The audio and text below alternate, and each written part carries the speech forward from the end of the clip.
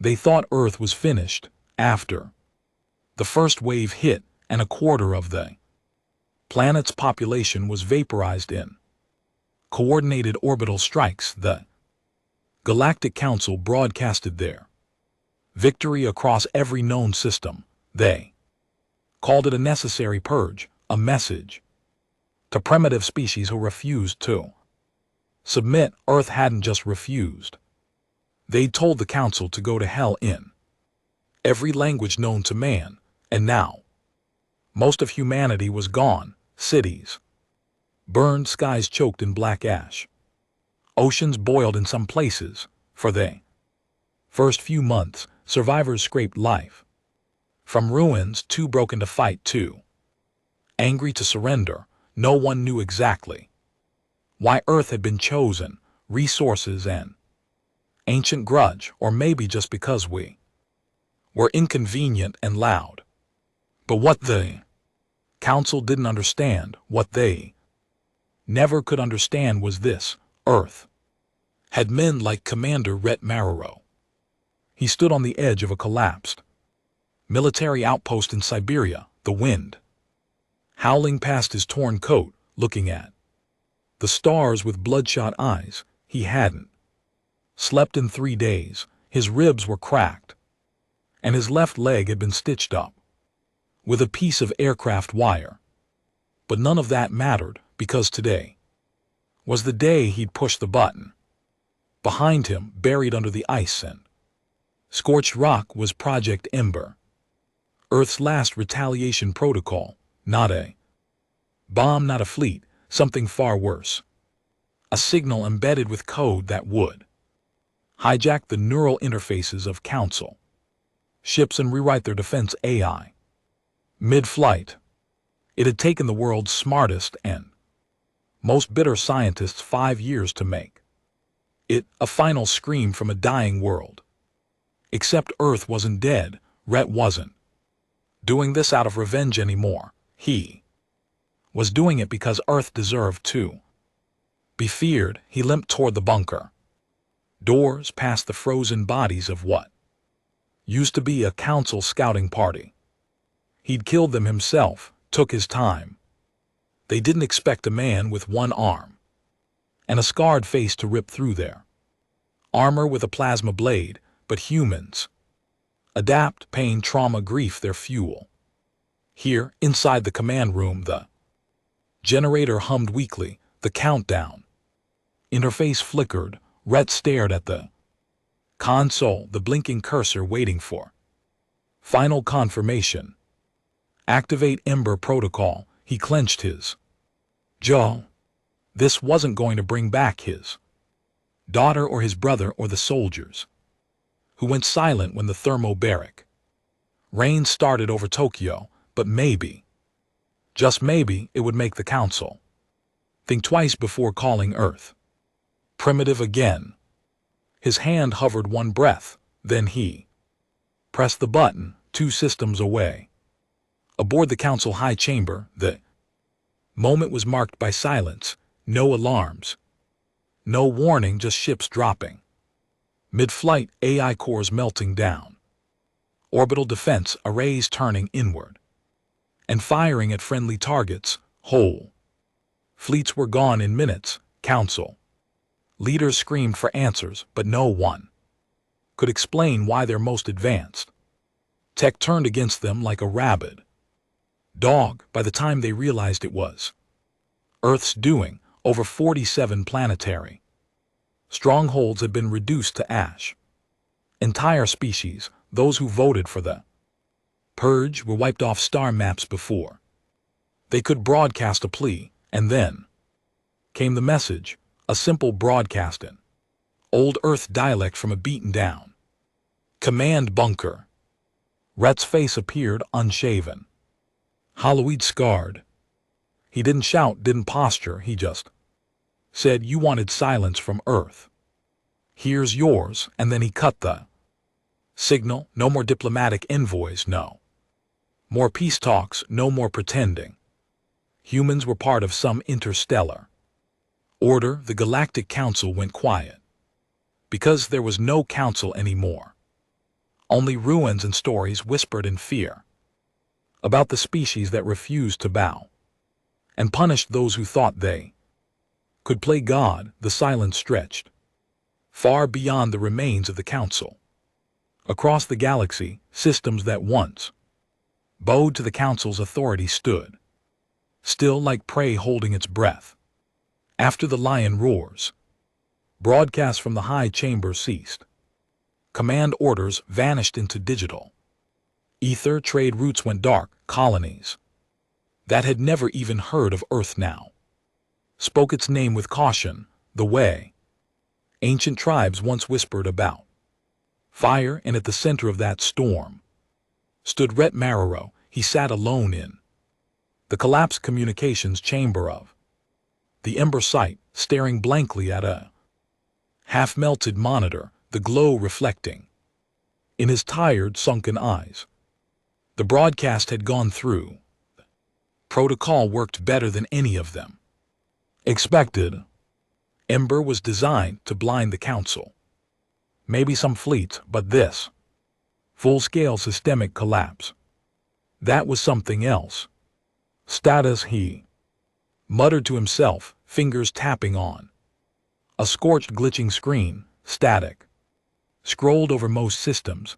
Whatever was still functioning on Earth wasn't talking. He knew some bastards out there must still be alive. Underground bunkers, remote outposts, the northern survivors who vanished into the old Canadian boreal zones. Someone had to be listening, but nothing came back. Just the cold hum of machinery, the occasional groan of shifting ice, and the ghosts in his head. He reached into his coat pocket, pulled out a small black data shard. It was smooth and warm to the touch, the last remnant of his daughter's recorded voice, her final message before the Council drones hit New Athens. She was only 11. She didn't scream in the recording. She just asked if he'd be home soon. He wasn't. He was leading a counter-offensive in orbit. He'd promised her he'd come back, that Earth wouldn't fall, that humans always fight back. He lied. In the orbital ring above what used to be the trade hub of Virelian Prime, Council remnants scrambled like panicked insects. Fleet Commander Jun's voice cracked through the comm channels, trying to coordinate the retreat. His face was pale, sweat dripping as he barked orders at broken ships. The human signal Ember hadn't just blinded them, it had rewritten core AI code. Ships were now thinking Earth versed. One of his own carriers, a Council dreadnought, turned and obliterated a fleet of civilian haulers before its own hull collapsed from system overload. Jun watched in horror as thousands died in a flash of blue fire, all because of a planet the Council once called Prohyperdrive. Vermin locked down all outbound transmissions. Jun screamed, no more data leaks if they know how deep this infection runs. But it was too late. Across multiple systems, splinter factions were rising. Races once cowering under Council rule realized the old power was gone, and worse, that Earth might be the new apex predator. Rhett finally made contact. 3 days later, a crackling voice came through a weathered relay post in what used to be the Amazon command basin. It was Major Calderon, an old warhound, presumed dead after the Biogen siege. Rhett, you crazy son of a, is it true? It's done, Rhett answered, voice flat. Council's broken. Signal went through. A long silence followed. Then, you sure we didn't go too far? They went too far when they thought we'd forget what they did. Calderon exhaled sharply. You just made Earth the most feared name in the galaxy.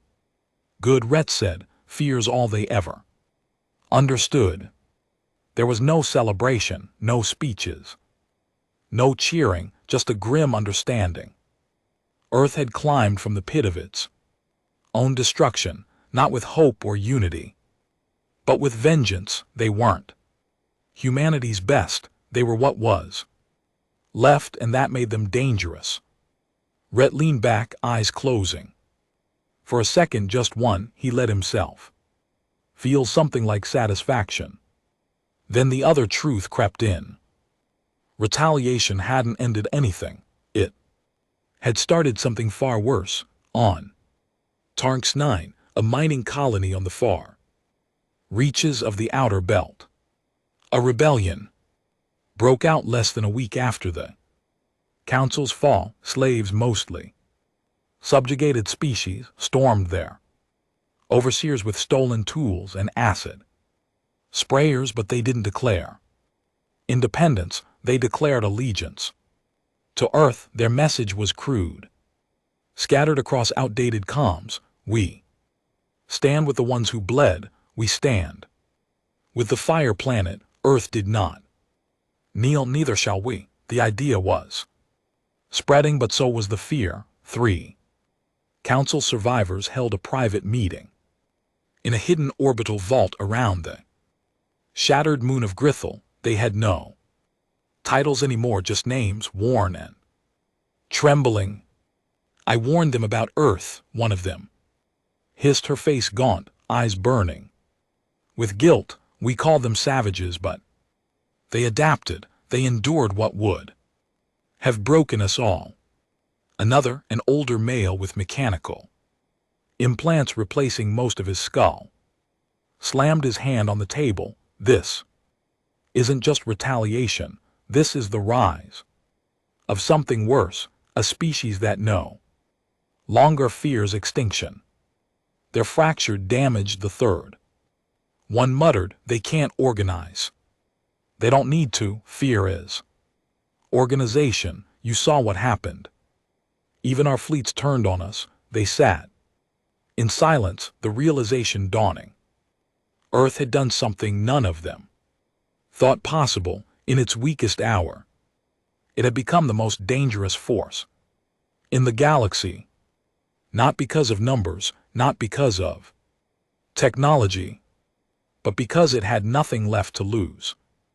Back in the Ember facility, Rhett was moving. He didn't know how long the systems would hold.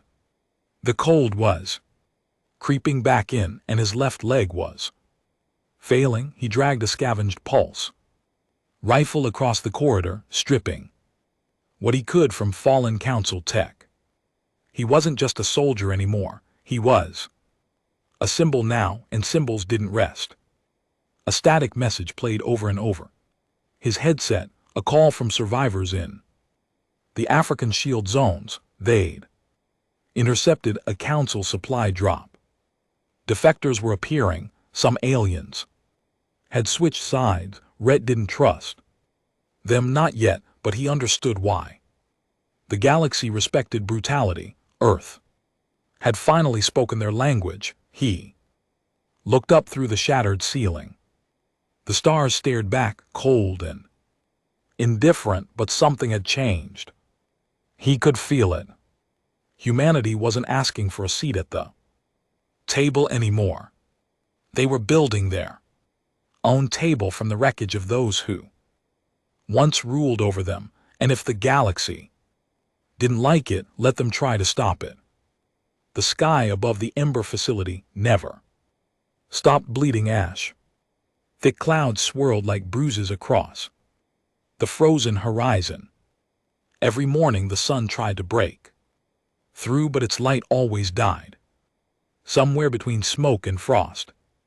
Rhett wrapped his half-coat tighter, pushing through waist-deep snow toward the comms relay tower he'd managed to rewire 2 days prior. The cold stung his lungs with every breath, but he welcomed it. It reminded him he wasn't dead, not yet. The wind howled around him like ghosts, whispers of those left behind, those who didn't live long enough to see Earth strike back. Inside the towers, skeleton, he kicked the generator once. Twice. The third time it hummed to life. The transmission had been looping non-stop since yesterday. Coordinates confirmed, survivors. Requesting extraction, resistance. Forming code word Iron Wake, repeat. The voice was female, British accent. Sharp, determined, somewhere south of the equator. That narrowed it down. Rhett leaned in. Trying to isolate background noise, he caught the faint pulse of machinery and distant gunfire, maybe a subterranean compound or an old UN stronghold. He couldn't be sure. He opened the outbound channel. This is Rhett Marrow, Commander Earth Defense. Respond. Silence, then static cracked back. Holy hell, Marrow, you're alive, he recognized her voice now. Captain Adira. Langston, former Black Ops intelligence. Rumor had it she led a failed assassination attempt on the Council's high chair 2 years before the purge. She was never seen again until now. Alive enough, he answered. You said. Extraction, how many?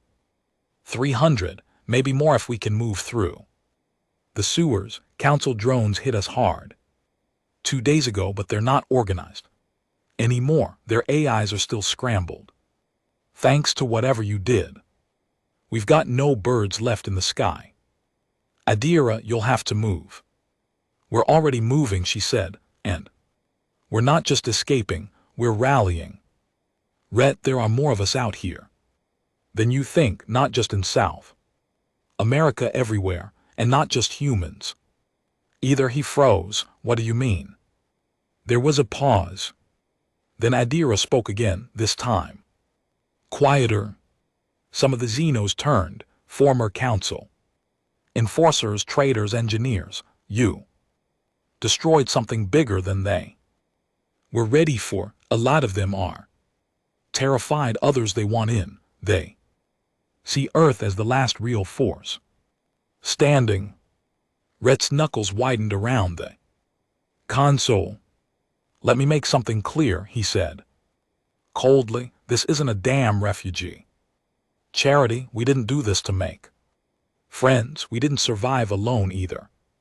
She shot back. We're not just fighting anymore, Rhett. We're becoming something else. If you want Earth to rise, you better start acting like a leader, not just a weapon.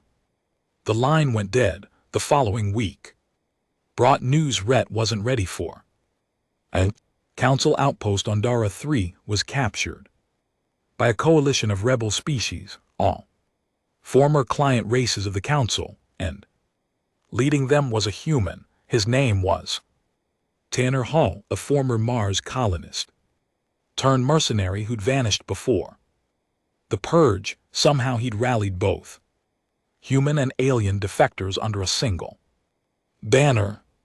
Their flag, a scorched earth symbol, black on red with a single phrase beneath it, we remember. Rhett stared at the hollow screen broadcasting their victory. Holt stood atop a pile of ruined mech suits, armor scorched, raising a captured Council blade in one hand and a human flag in the other. He looked like a hero. Rhett knew better. He'd trained Holt, knew his tactics, knew his temper. The man was brilliant and unstable. He'd never fight for justice, he'd fight to rule. And now he was becoming the face of Earth's retaliation.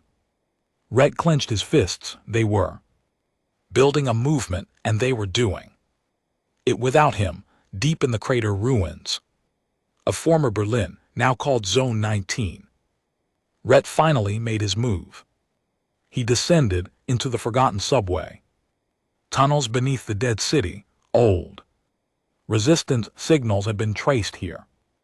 And if the stories were true, this was where the last functional Earth core A had been hidden, offline since the first orbital strike. He found it behind layers of radiation shielding and collapsed concrete, barely intact, flickering faintly in the dark. He placed his hand on the access pad.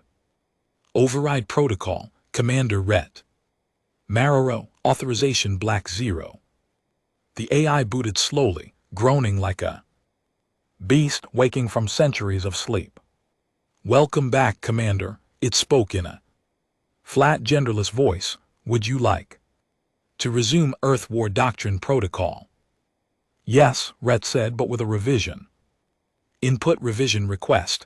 We're no longer alone. Humanity is split. Some want peace, some want power, but this war isn't over. I want complete autonomy.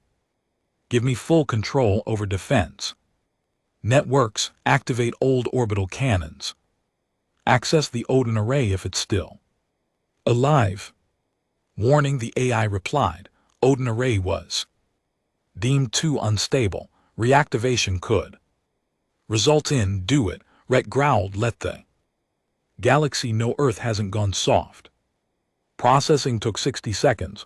Then came the cold confirmation. Odin array reactivated. Defensive sovereignty granted to Commander Ret. Marrow, he walked out of the tunnels. New man, not a fugitive. Not a survivor. But a commander of Earth's last super. Weapon news spread fast, too fast. The Odin array fired its first warning shot.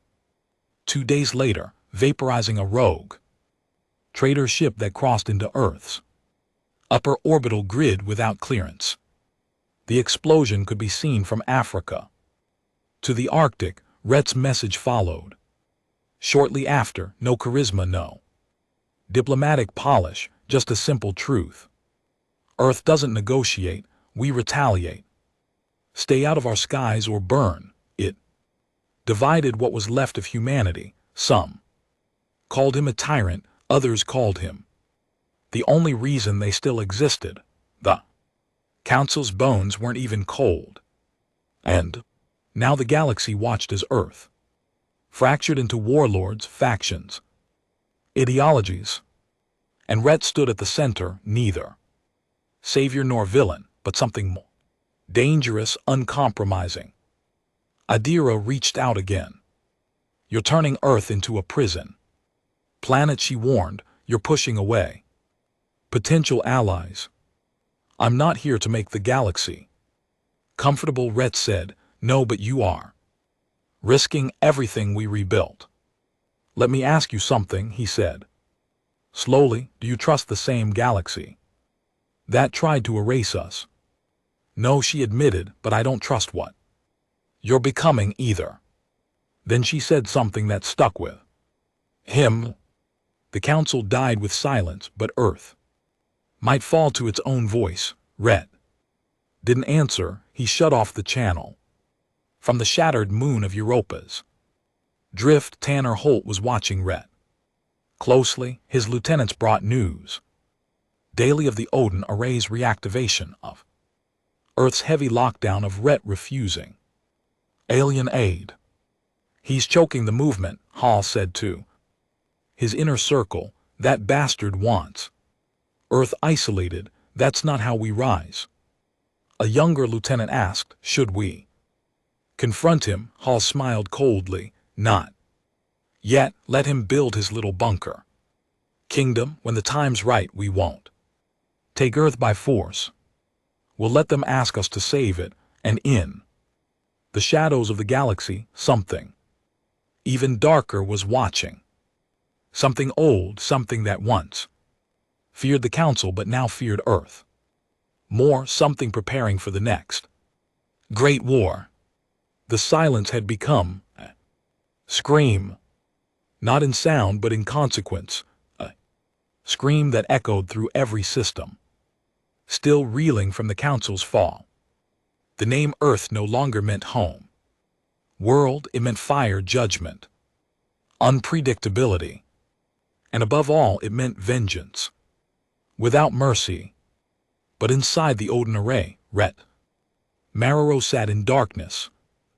Reactivation had drained nearly every power source buried in the old launch bunkers. Half the weapons were unstable, orbital coils overloaded, defense Satellites blinked in and out like dying stars, but the message had been sent.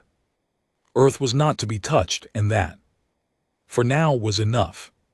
Still, the pressure was growing. In the last 2 weeks, 8 human factions had broken off and declared independence from Earth Command. 4 had begun forging alliances with non-human colonies, promising a new order.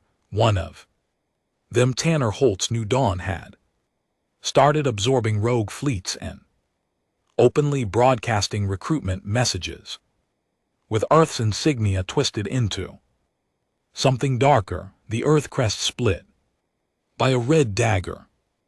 Rhett watched one of Holt's transmissions on a cracked hollow screen. His old student stood in a sleek black coat, flanked by former council tech specialists and a few polished Xene diplomats who used to serve as slaves. The speech was short, arrogant, and aimed directly at him. Rhett Marrow gave Earth its revenge, but now he seeks to bury it behind locked doors and silence. We are not afraid of the stars. We are not relics. We are evolution. Join us or be left behind. Applause followed. Banners unfurled. And Rhett, he stood and left the screen behind, walking alone through the vast corridors of Odin's Central Command like a man hunting ghosts. He wasn't angry at Hall for taking power. He was angry because Hall was right. Adira Langston had moved north with the resistance column. The survivors from South America had carved through drone fields and scorched deserts, reaching the old Mexican defense wall. Along the way, they'd been joined by scattered survivors, ex-soldiers, scientists, scavengers, and even 2 alien defectors who helped them hijack a long-dead transport crawler. What she saw as they crossed the Rio ruin chilled her. Earth was no longer dying, it was rebuilding. And not under Rhett's banner. Scavenger cities had formed in the ruins of Dallas and Salt Lake. Human flags flew over metal towers, but most were different. Red, crimson, variants of Earth's emblem modified with phrases like strength through flame or Earth first always. One phrase repeated the most. New Dawn. Rhett's losing ground, her lieutenant muttered. No, Adira corrected. He already lost it. They stopped at an old U.S. military complex, half sunken in dust. Inside they found caches, not abandoned but stockpiled weapons, comm units, power cells, and symbols burned into the walls. Holt's army had been there, preparing for something big, something coming soon. Back in Odin's core, Rhett stared at an incoming alert. The blinking signal carried a rare classification, Obsidian level threat. That was preconsole Earth code. It hadn't been used in 20 years. He tapped into the feed. A satellite relay, one of the last functioning long-range drones in deep space, had picked up movement around the Narthus grave. That name hadn't been spoken in decades. Narthus was a star system blacklisted by the Council long before the Purge, before Earth even entered galactic politics. Narthus had been marked as taboo. No patrols, no research, no public access. Just dead stars, silent planets, and one thing the Council had never explained. The vault. Rumors said it wasn't a weapon or a prison. It was a warning. And now something had come out of it. Rhett patched the footage. It was grainy, distorted. The satellite had burned out seconds after capture, but what little it recorded made his skin crawl. A shape, not a ship, but a mass, blacker than space, moving with intent. It didn't show up on scanners as heat or radiation. It simply was, like it didn't belong in physical space at all. As the Feed ended, the system logged its last. Identifier tag, unknown entity 1. Designation Sable. Earth hadn't just broken the council, it had awakened. Something they kept buried. Rhett stood in silence, then without hesitation he opened every locked line of communication left in the solar system. He sent the message without protocol, without encryption, to all who remain. This is Retaro. Odin has detected a non-classifiable threat emerging from the Naris grave. It is not council, it is not human, it is moving toward known. Systems prepare accordingly, do not ignore this, you've been warned. He didn't wait for replies, there wouldn't be many. Most didn't believe in legends, but Red had spent enough time killing gods to know one when he saw it. Tanner Holt received the message the same night. He didn't blink. Instead, he turned to his inner circle. Aboard the Deliverance, a council built warship now fully under his control. The vessel's dark core pulsed with stolen tech and experimental fusion drives far more powerful than anything Rhett had. He's panicking, Hall muttered, trying to distract us, sowing fear. Classic. Marrow, one of his lieutenants, an alien with jagged bone protrusions along his jaw, spoke cautiously. Commander, we have received similar signals, faint, deep space. Something is out there. Holt scoffed. Let it come. Earth doesn't kneel for old gods, not anymore. He pointed at the star map. Systems were lighting up in red. Holt's influence growing. We move on. New Alaska. It's the last relay point Rhett controls. Once that falls, the Odin array is cornered, and Marrow. Holt smiled. I'll make him an offer. Step aside or I finish what the council started. In the quiet ruins of East Berlin, Adira set up her own broadcast. She wasn't interested in Rhett or Halt anymore. She saw what was really coming. Not from within Earth's borders, but from far beyond. And she remembered the old stories from council defectors, from prisoners who had been forced to guard the vault on Narthis, from researchers who whispered in code about Sable, the thing the council didn't destroy because they couldn't. The story said it wasn't alive, it wasn't dead either. It was the memory of extinction itself. And now it was awake. Her message wasn't a threat or warning, it was a question. If humanity survived its own wrath, what will we do when something worse arrives? The stars over Earth began to dim, not from clouds, not from war, from something bigger. In the void where Narthis once stood, stars bent sideways.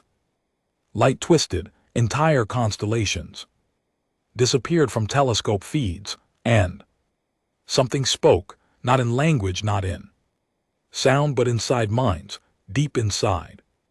Bunkers, underground labs, and military archives. Scientists started to scratch their arms, their necks, their eyes, as if something was crawling beneath their skin, whispering, reminding them of every failure, every war, every genocide Earth had ever committed.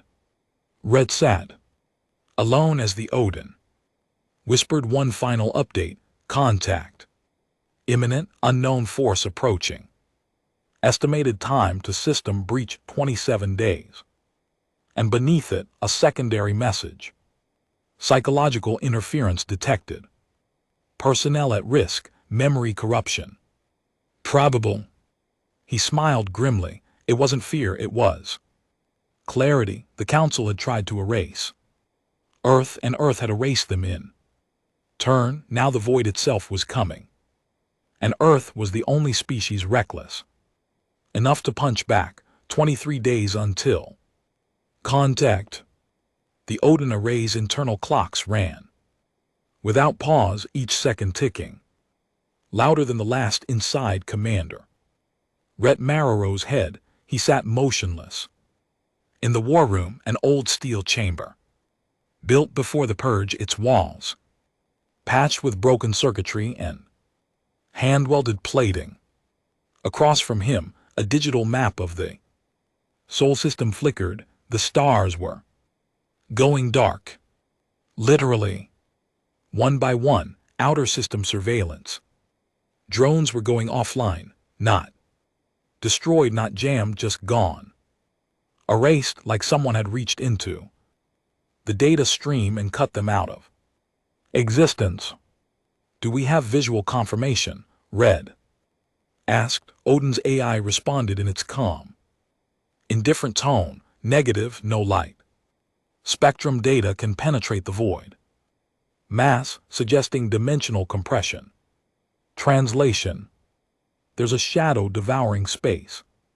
Commander, and it's hungry. Rhett rubbed his jaw, fingers rough and scarred. He'd seen many enemies, council death squads, rogue AI, civilian uprisings, but this wasn't war. It was something worse. It was inevitable. He stood up, turning toward the secondary monitor. Holt's forces had seized the new Alaska orbital station. Overnight, just as Odin predicted. Another Earth relay lost, another piece of the network carved away. Holt was moving faster now, fueled by momentum, alliances and ego, and Rhett had to admit he was good at building an army. But he wasn't ready for Sable. None of them were. On the edge of the Titan wreck fields, Tanner Hall looked out. Across a newly repaired fleet, dozens of former council warships hovered like angry giants, now branded with the twisted New Dawn symbol. Their AI cores had been stripped and rebuilt with Earth-based tactical logic designed not for diplomacy, but for pure aggression.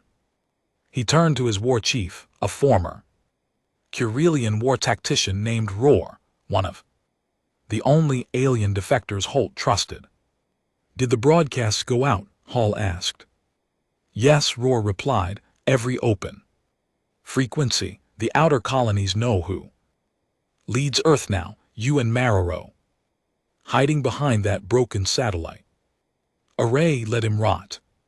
Holt narrowed his eyes. I don't want him dead yet. I want him to see what leadership looks like. He didn't say the rest out loud. That Red had become a relic, a stubborn remnant of old-world pain. His brutality made him a hero during the Retaliation. But this was no longer about revenge. This was about domination, and if the rumors about Sable were true, whoever controlled Earth's last armies would be the only thing standing between survival and total extinction. Hall planned to be that man. 17 days until contact. Adira Langston stood over a makeshift hollow table in the reclaimed ruins of Chicago. The resistance had spread fast, not thanks to Earth's fractured leadership, but in spite of it. Civilians, veterans, even former enemies stood side by side under her command now, and every single one of them was preparing for the same thing. The end. We got confirmation, her scout said. Voice tight. Nartha's system's gone. Like gone, not destroyed, just missing. She looked at him. Missing. It's been ripped out of space.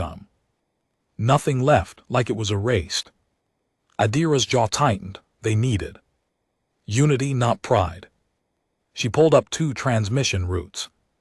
One to Rhett, one to Halt. She opened a wide-channel encrypted link and sent the same message to both. Forget your feud. Sable is real and it's coming.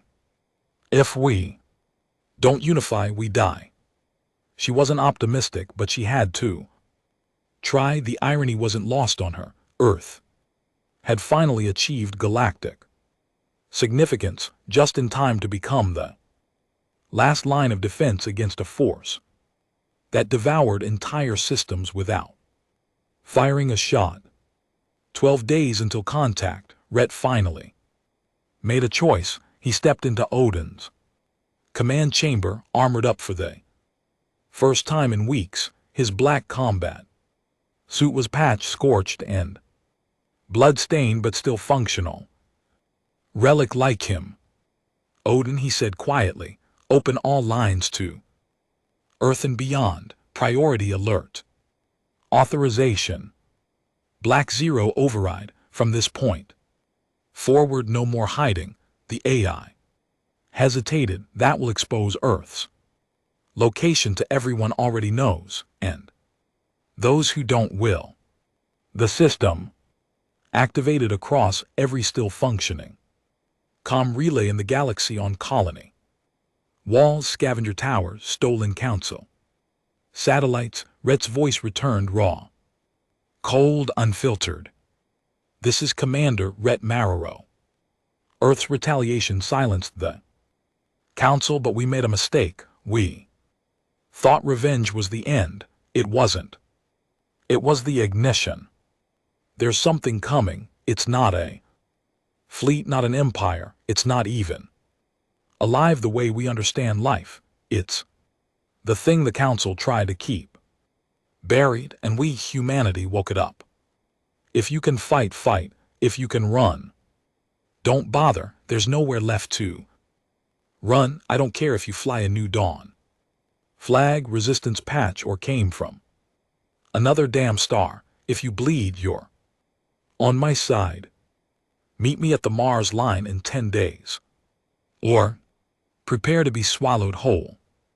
The signal ended, and for the first time since Earth's sky burned, hope began to flicker again. Not peace, not safety, but something older, purpose. 6 days until contact. Tanner Holt arrived first. His ships dropped out of warp near the Martian debris belt, 100 strong, bristling with weaponry and arrogance. Rhett was already there with barely half as many ships, but his forces were hardwired into Odin's automated defense grid, giving him home field advantage. The two men met face to face inside the Erebus conflict station, a council relic orbiting Phobos. Holt looked younger. Then Rhett remembered. Clean armor, polished expression, surrounded by yes men. You look like hell, Holt said, smirking. I am hell, Rhett replied. Glad you made it. I didn't come to kneel, didn't ask. You too. They stood there in silence for a long moment. Then Rhett handed him data slate, Sable's reading, star maps, satellite evidence. When Hall finished scanning, his smirk faded. How do we kill it, he asked. We don't, Rhett said. We just survive it long enough to find its weakness. And if it doesn't have one, then we show it what Earth really means. 2 days until contact. Across the solar system, the great fleets of Earth began to unify. New Dawn, Resistance, Odin Command, even outlaw colonies and fringe alien species, they all answered the call. For once flags were lowered, grudges paused, and ships gathered in orbit around Mars, like a shield wall from an age long gone. At the heart of it all, Rhett and Hall stood side by side in the Erebus war room. No more speeches, no more blame, just cold strategy. Rhett tapped the table. This is where it starts. Hall nodded. And maybe where it ends. In the silence that followed, something pierced reality. Not a ship, not a fleet, a presence, as if the laws of physics forgot how to function. The void began to bend and snap outside Pluto's edge. Ships malfunctioned, sensors failed. Pilots screamed in their heads, not from sound but from a whisper inside their skulls. You had your chance, now you belong to silence. And from the darkness came Sable, vast, unmeasurable, alive and not a memory of oblivion wrapped in form and earth. Would meet it head-on, no one breathed. When Sable arrived, not that breathing mattered. Most of the pilots in orbit had sealed themselves inside reinforced command shells and neural link cockpits. Their minds jacked into war systems too, large for any one person to control. It wasn't a matter of holding the line. It was about not blinking first, because what they saw wasn't a ship. It wasn't even a shape. It was a hole, a smear of nothing across the stars, tearing reality open like a ragged wound. The space beyond Pluto buckled, then cracked. Ships that had no names emerged, their hulls glistening like wet bone, moving without propulsion. No lights, no heat, just motion. Coordinated, precise, cold. They weren't crude, not in the way Earth understood crews. These were extensions of a thing too large to exist in one place. Tools of a mind that had no sympathy, no emotion, no agenda beyond a racer. The Council had called it Sable. Now it had arrived, and Earth was the first target. On the Erebus command station, Ret Marrow stood with Hall in the central war chamber, watching data feeds turn red by the second. Entire squadrons blinked out of existence. No wreckage, no explosions, just gone, like something had rewritten the memory of their existence from the universe. "I control failing on Grid 7, barked one of Holt's lieutenants. "The machines are going silent. It's infecting them." "We shut them down," Rhett said. "Immediately. Sable's using them as neural gateways." "You mean it's thinking through them?" Hall growled. "Number worse." Rhett's eyes narrowed. "It's replacing them." He slammed a command key and sent a pulse signal, shutting down every autonomous combat drone on Earth's side of the line. "Manual control only from here on out. It's men who fight, not code." Ha looked at him. "You think we can hold that line with muscle and blood?" Rhett didn't answer, because the truth was, no, they couldn't. But they'd damn well try. Out in the void, Adira Langston flew lead on a resistance strike wing, her ship bitter. Sky was old, pre-console retrofit, jagged and patched with scavenged armor. But she trusted it more than any sleek warship Halt or Rhett had fielded. Because this ship was earned, it had bled. The swarm had reached Neptune's orbit now. Hundreds of Sable drones moved in silence, disassembling everything in their path: satellites, ships, even small moons. They didn't consume resources. They didn't repurpose. They just reduced. Adira's voice cut across comms. "Lock missiles. Target leading edges. We're testing for reaction patterns." The resistance fleet launched a coordinated barrage. Thermal nukes, magnetics, and plasma darts fired in synchronized waves. They hit, and nothing happened. No explosions, no impact. The missiles disappeared mid-flight like they'd never been launched. Then came the response. One drone turned not toward a target, toward Adira's mind. Pain screamed behind her eyes. Memory scrambled. She saw her mother dying again, her unit burning, her first love screaming from behind shattered glass. The grief came so fast she nearly blacked out, but she grit her teeth and fought back. Fall back now. They're trying to invade. Cognitively, her wingman wasn't fast enough. His mind folded in on itself, eyes bleeding before his ship spiraled into a gravity pocket and vanished. Adira screamed his name, but it was already too late. Mars' orbit descended into chaos. Rhett's defense grid collapsed along its outer perimeter, Holt's ships were now holding the front, their warforged discipline and council-grade weaponry making them the new backbone, but even Holt couldn't keep pace. 2 more wings lost, we're being erased in clusters, Rook growled, slamming his claws into the console. Holt turned to Rhett, furious. We need to hit it with everything, fire Odin. Rhett shook his head. Not yet. What the hell are you waiting for? Wound, Rhett snapped. We fire the array too early, we miss.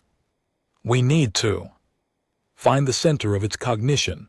I'm not wasting the last orbital rail gun Earth has on a guess. Holt looked ready to throw him through a wall. Instead, he turned away and opened comms to his fleet. All units, focus fire on reaction nodes. Find what hurts it. For 3 straight hours, the battle continued.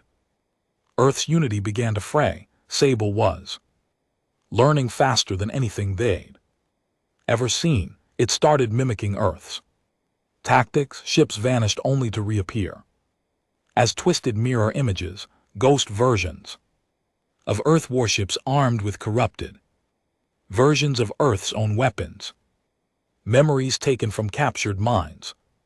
Adira watched one of the mirror ships obliterate an entire wing using a distorted voice recording of Rhett himself commanding their systems to shut down, in his tone with his words. Even Rhett froze for a moment when he saw it. It's mimicking me. Yes, Odin's voice replied, because it sees you as the origin. What does that mean? It means it's evolving toward the source of retaliation. Rhett stared at the black shape looming across the void. It wasn't just erasing Earth, it was becoming it, and that's when he knew this wasn't an invasion. It was assimilation. Sable wasn't a destroyer, it was a collector of pain, a record of trauma. Thing that learned by forcing its victims to relive their worst sins, then copying them into a permanent state of suffering. Every soldier lost didn't just die. They became part of it, and Rhett knew exactly what that meant. There was no winning, only wounding it hard enough that the galaxy remembered. Earth wasn't just a victim, it was a curse. He turned to Hall. It's time. Hall nodded. You sure? No, but you're going to do it anyway. Rhett activated Odin, the final weapon. Hidden deep within Earth's orbit was a kinetic mass rail, the Odin core lance. It wasn't a bomb, it wasn't a missile.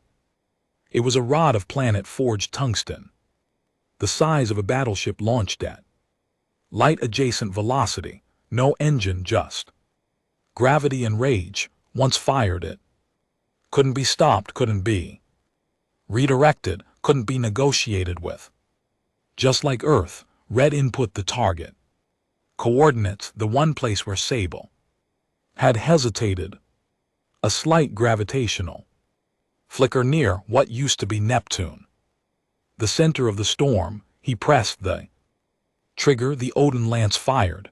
The launch shattered the station's lower decks, killing power to half of Odin's systems, but it flew, and 3 minutes later the void cracked, not exploded, not burned, cracked like glass under pressure. The shape buckled, twisted, screamed in every ship's audio feed, even though no sound crossed the vacuum.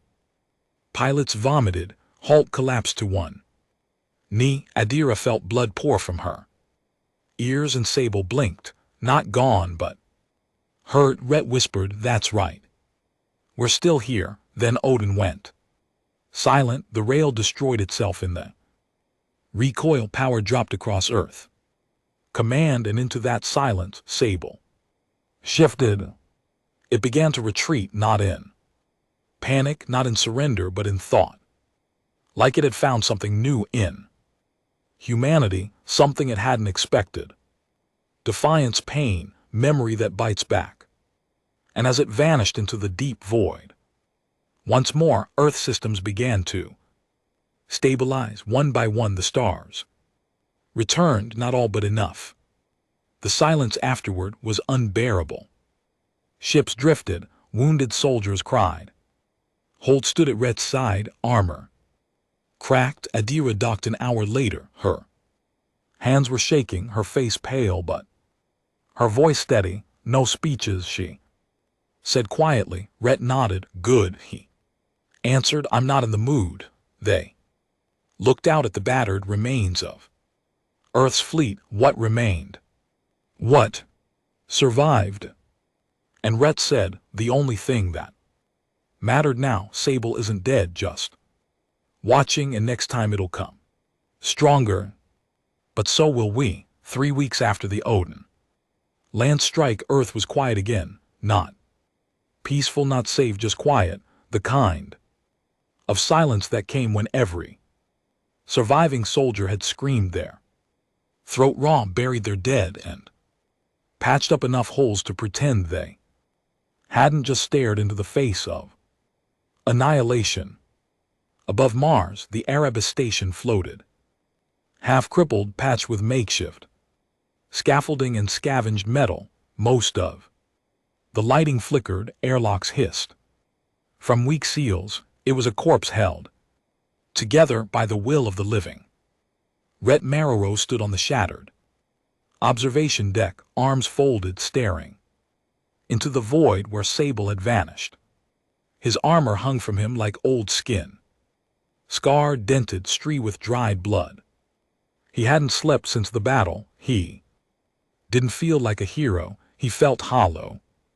Hall approached behind him, boots loud on the cracked floor. You still think it's out there? Hall asked. I don't think I know. Why hasn't it come back? Red didn't answer right away. He watched the stars blink. One of them dimmed, not fully, just a flicker. Then he said, because it's watching, learning. It came to understand us. We wounded it before it finished, and next time it comes wearing our faces. Meanwhile, on Earth's surface, Adira Langston met with resistance. Survivors in the ruins of Geneva, or what was left of it. The air still carried the scent of scorched glass and rust. Some buildings had been melted to bone-white shells. Others were full of growth, nature returning like it always did. She crouched over a broken council archive core. Her techs had pulled it from the vaults of a former intelligence compound. What they found inside made her skin crawl. The council had known about Sable, not just suspected, not just feared. They had studied it. Buried deep in encrypted records was something horrifying, something Rhett, Halt, and the rest had never been told. Sable was not an alien species, not in the traditional sense. It was a product of Earth, or at least something Earth had triggered. Adira played the audio file again. Council researcher speaking in panicked, translated tones. The original cognitive mass was located in the Sol archive decades ago. Origin unknown, but patterns suggested emerged after the first nuclear detonations on Earth. Like a psychic echo, trauma given shape, it responds to collective suffering, draws strength from planetary scale. Atrocities, every war, every genocide, every eraser adds to it. The more pain a species carries, the more susceptible they are to infection. We believe Earth species is the most potent source of Sable's expansion, not victims, not enemies, catalysts. Adira shut it off. She whispered aloud, we didn't wake it, we birthed it, and now it was coming home. Back on Erebus, Rhett stood before Odin's flickering control hub, staring at a cluster of messages marked priority. Black, most were encrypted, some were damaged. One had no source at all, just a timestamp. 53 minutes ago, he played It. At first only static, then a voice. His own, they think they won, let them. Believe it, we only needed to learn. Pain is a blueprint, when I return. They'll open the doors for me, the feed. Cut Rhett froze, he stared at Odin. What the hell was that, origin unknown? Odin replied, voice match, 99.4%. Commander Rhett Marrow, he slammed his fist against the console, I never said. That possibility mimicry cognitive. Replication, Sable may be integrating. Human consciousness patterns. So it's pretending to be me, number not. Pretending. A pause becoming. Red didn't speak for several seconds. Then quietly, get me Adira. Now, they met inside the ruins of an old Martian observatory. The roof was torn open, allowing a broken view of the stars above. It felt fitting, like they were talking beneath the eye of something waiting to strike. Adira wasted no time. She threw a data core onto the table. Council knew. Rhett scanned the file. Each word cut deeper than the last. Implications were monstrous. All our wars, Adira said quietly, every atrocity, every act of mass trauma, we didn't just carry pain, we amplified it. Rhett looked up at her. This thing didn't come for us because we were weak. It came because we're a mirror, she nodded, and every time we kill in rage, every time we retaliate, we feed it. Rhett ran a hand over his face. Scars there had faded into pale lines. Symbols of what he'd survived, symbols of what they'd created. So what now, he asked, do we stop fighting, let it consume us? Let the galaxy rot? No, Adira said firmly. But we stop feeding it mindlessly, we stop letting our pain become prophecy. If Earth's going to fight, it fights. With intention, we don't burn cities to show we can. We burn them when there's no other choice. Rhett looked into her eyes and saw the same thing he carried, exhaustion, guilt, fury, but also something rarer. Resolve. She still believed in a version of Earth worth fighting for. He wasn't sure he did, not anymore, but someone else did, in the shadowy remnants of the Deliverance, Holt's personal warship. Now docked and mostly gutted, whispers had begun. His second-in-command, Roar, had been caught accessing forbidden archives, not just council data, Sable blueprints, and not to destroy them, to understand them. When Hall confronted him, Roar didn't deny it. You don't get it, Roar hissed. Sable isn't a disease, it's the next step. Why do you think it didn't finish us? It saw us as raw code, unfinished. We are compatible. Holt raised his pistol. You're infected. Number, I'm awake. Rook grinned, and then he lunged. They fought in the dark, weapons clashing against metal walls. Hall, brutal and fast, managed to snap Rook's arm and shove him into a sparking relay, but as the alien's body twitched and fried, he kept smiling. You're next, Commander. Then he died, and Hall was left alone. But something lingered in the air, a sense of familiarity, a whisper in the dark. He was right. You are the future. Hall staggered back, weapon trembling. And for the first time, he didn't feel like the strongest man in the galaxy. He felt like the next host. The fracture came fast. Within days, Holt withdrew his fleet from Mars. No explanation, no message, just silence. Some said he was reinforcing his territory. Others said he'd gone rogue. Rhett knew better. He called Adira. He's been touched by Sable number, by ambition. He paused. It's worse. Adira didn't respond. She didn't need to. They both knew what was coming. Civil war again. This time not over Earth's place in the galaxy, but over whether Sable was an enemy to destroy or a god to serve. Stars dimmed again, not because Sable had returned, not yet, but because Earth was splitting apart. The aftermath of the battle had left the planet, surrounded by broken ships and broken ideologies. Tanner Holt had disappeared with a third of the surviving fleet, taking with him a warforged following of humans and defected aliens who now called themselves the Sabelorn. Their message was clear: we do not fear the void, we are the void, and now they were preparing to make that literal. Odin's long-range sensors caught strain. Emissions from Jupiter's broken moon bases. Holt was building something.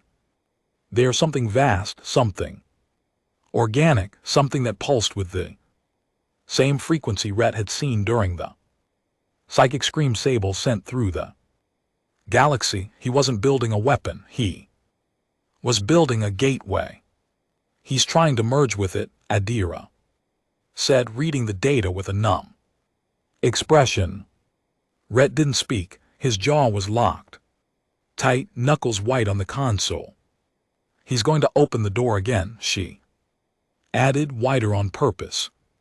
No, Rhett finally muttered, but they both knew the truth. Hall didn't want to survive Sable. He wanted to become its prophet inside Jupiter's magnetic belt. Deep within the molten ruins of Callisto's orbital ring, Holt stood at the center of a pulsing black structure. A half-living fortress grown from Sable's own code. The structure hummed with invisible frequencies, its walls wet with oily veins, its circuits made of memory fragments stolen from the minds of the dying. He had renamed it the Atrium of Remembrance because that was Sable's real function, not destruction, preservation. Sable collected. It remembered every scream, every betrayal, every genocide. It filed them into existence so they could never be forgotten. It didn't kill because it hated. It killed because it archived. And now Holt wanted to make himself the final entry, the one who bridged humanity and the void. A voice echoed through the chamber, but it wasn't alien. It was Holt's own. You have been shaped by the Council's sins, by Earth's mistakes, by vengeance. Let me rewrite you. He smiled and whispered back, I'm ready. Red arrived at Callisto with only one fleet, the Resistance, Adira at his side, hundreds of ships still bearing Earth's original colors, battered, unpolished, real. He hadn't reached out to the other factions, not the fringe colonies, not the alien alliances. This wasn't about politics anymore. This was personal. He stood on the bridge of Iron Wake, repurposed dreadnought retrofitted from Council wreckage. Its walls bore the marks of dozens of battles, blood splatters that had never fully washed off, carbon scoring from near fatal hits, a hatch where a young pilot had died, and Red had carved her initials with his combat knife. This ship remembered, and that's why it was perfect. Status, Red asked. We're in orbit. No movement yet from the atrium, said Adira. No, it's moving, he said darkly. It just doesn't need to move fast anymore. He turned to the comms officer. Send him a direct message to halt. Number to the thing inside him. The message was short. Come out and face me. One last time. The atrium pulsed. A single tendril of black energy reached from its underbelly and latched onto a Council-era relay station repurposed to become a transmission organ. And then, like a corpse coughing up its last breath, Holt's face appeared on Iron Wake's hollow screen, but it wasn't really Hall anymore. The features were too smooth. The voice two-layered, Rhet's voice. Echoed behind it, then Adira's, then others, every voice Sable had stolen. Reddit smiled, you should be proud. You gave me shape, you showed me what suffering looks like when it's weaponized. I didn't show you anything, Rhett said. You stole it wrong, it said calmly. I absorbed it, that's what pain is for. Isn't it? To be carried forward. Preserved. Never forgotten. You're not memory, Rhett growled, you're rot.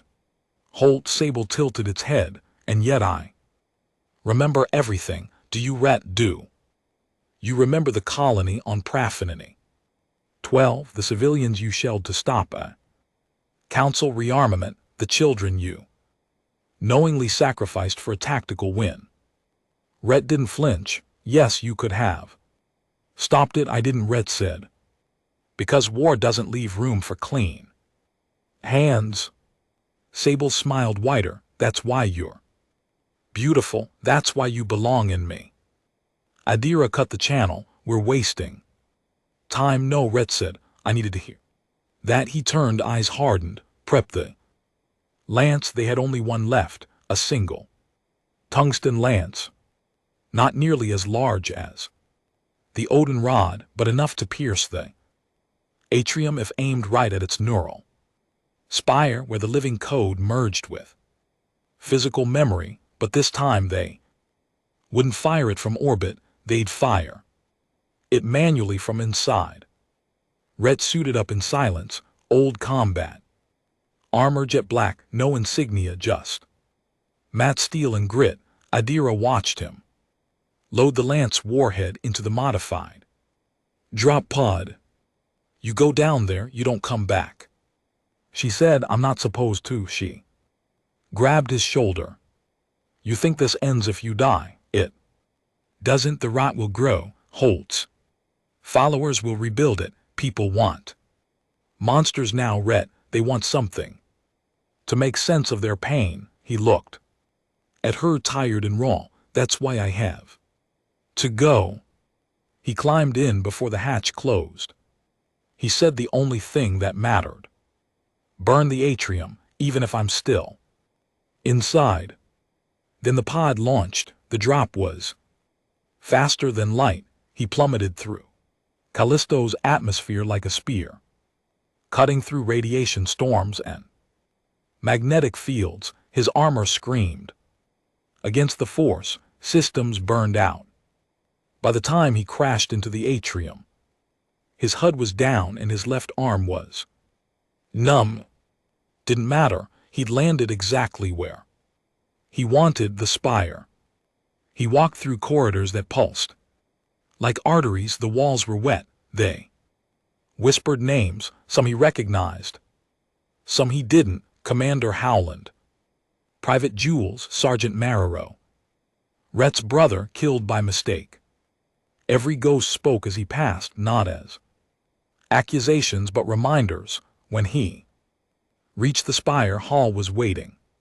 No armor, just pale skin, eyes black as night, a mockery of the man Rhett had once trained. His voice was calm, but beneath it, Rhett heard thousands of others trapped, fused, fading. You shouldn't be here, Holtz, Sable said. I'm always where the dying is. You could join us. Let the pain end. It doesn't end, Rhett said. It just spreads. He raised the detonator. And so do I. He hit the switch. The spire didn't explode. It imploded like a thought being erased. The atrium began collapsing inward, screaming in every language Earth had ever spoken. Ships in orbit watched in stunned silence as the entire structure folded into itself, the energy release wiping out nearby systems and casting shadows across Callisto's surface for a full 10 minutes. Rhett was gone, but so was the infection. Sable didn't die. It simply lost its anchor, its voice, its mirror. 1 month later, Earth didn't celebrate. There were no parades, no medals, just rebuilding.